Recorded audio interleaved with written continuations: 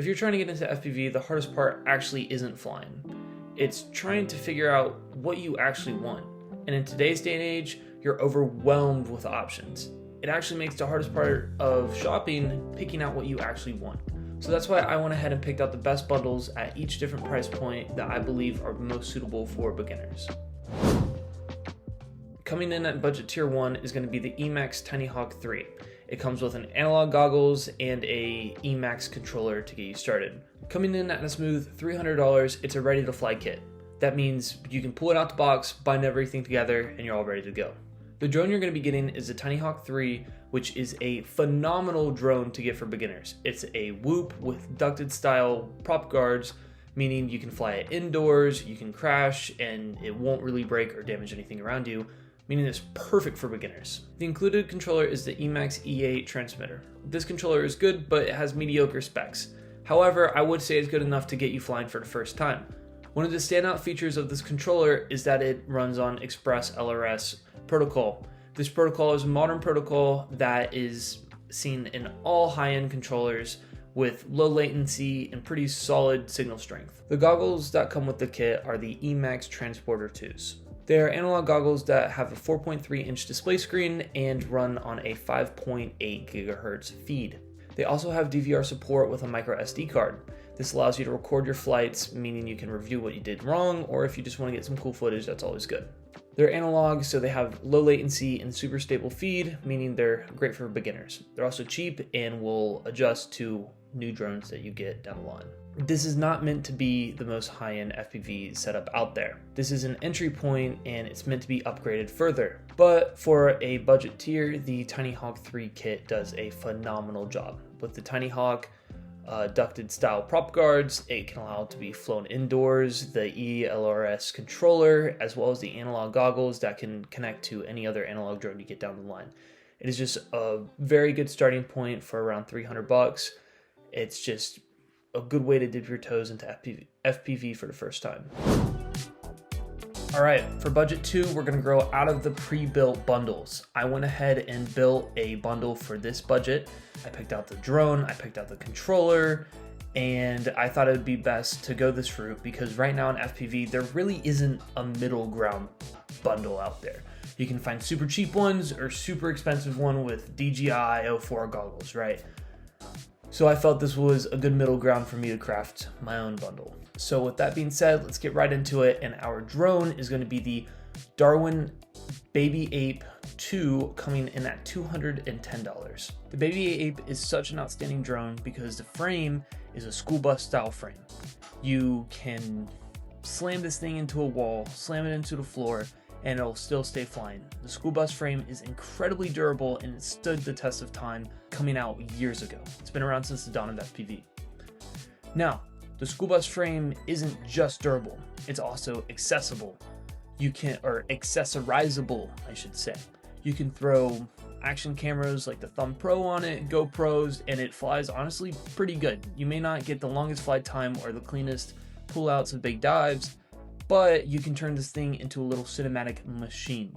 For the controller, I went with the classic Radio Master Pocket, coming in at a smooth $75. For this price point, you get a phenomenal ELRS controller. That means you get the same sweet, low latency, and solid signal quality that modern day controllers should have. The Pocket also comes with half-size gimbals, which are incredibly precise, incredibly smooth, and I've had mine for several months now, and I don't have any problems whatsoever with it. One of the main selling points of the Pocket, besides the $75 price, is how comfortable it fits in your hand. It is small, and for the half-size gimbals, half-size real gimbals, you still get that game controller feel that we all grew up with. For the goggles, I decided to go with the Sky Zone Cobra X's. They come in at about $350. The Cobra X's are some of the best goggles you can buy that are analog, obviously, for this price point. This is why it's so tricky. There's no decent goggles at $300, but the Cobras have stood the test of time. They're phenomenal goggles with a massive screen display of 5 inches. I know it's massive, right? But no, seriously. But it's one of the biggest screen displays you can get for analog systems, and this allows you to freestyle with complete clarity, being able to see branches, broken beams at bandos, whatever you want. It also comes in with a built-in diversity receiver, meaning you can have two separate antennas, a patch and an omnidirectional, and your receiver will be taking the best of both worlds. On top of that, it has a phenomenal 60 frames per second DVR, which is a massive upgrade from most goggles before this price point. I currently have the EV800DMs, and they record at like what looks like 15 frames per second, but I think it's about 30. The final total of this kit comes out to about $610. By handpicking each part of this bundle, I felt like I was able to get the best balance of both worlds. Yeah, the Sky Cobras came in a little pricey at $350, I believe I said, but your goggles are going to outlast every other piece of equipment you have in this bundle. The Baby 8 II gives you phenomenal durability with the school bus frame, and the Pocket gives you the precision that the half-size gimbals do. The Tier 2 budget was not meant to have the cheapest gear. However, it wasn't supposed to have the best. It was supposed to be a middle ground, and I felt like I was able to put that together pretty well. Coming in with a grand total of $610, I felt that was a pretty good starting point to get into FPV, and I feel like this will be the sweet spot for most people.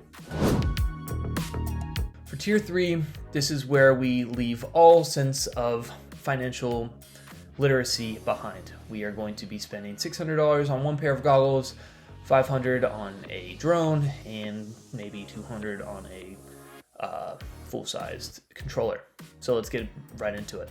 This setup is specifically made for people who already know they want to get into FPV. Maybe they've flown other people's drones or have flown around on a simulator, but this is also a DIY bundle. So the kit you will be receiving has individual parts that you can follow on a phenomenal YouTuber called Joshua Bardwell, and he will tell you how to put the whole thing together. So let's get into it. Starting with the drone, it finally made it onto the tier list. Joshua Bardwell's 5-inch drone bundle, coming in at $627 just for the drone and DJI receiver involved.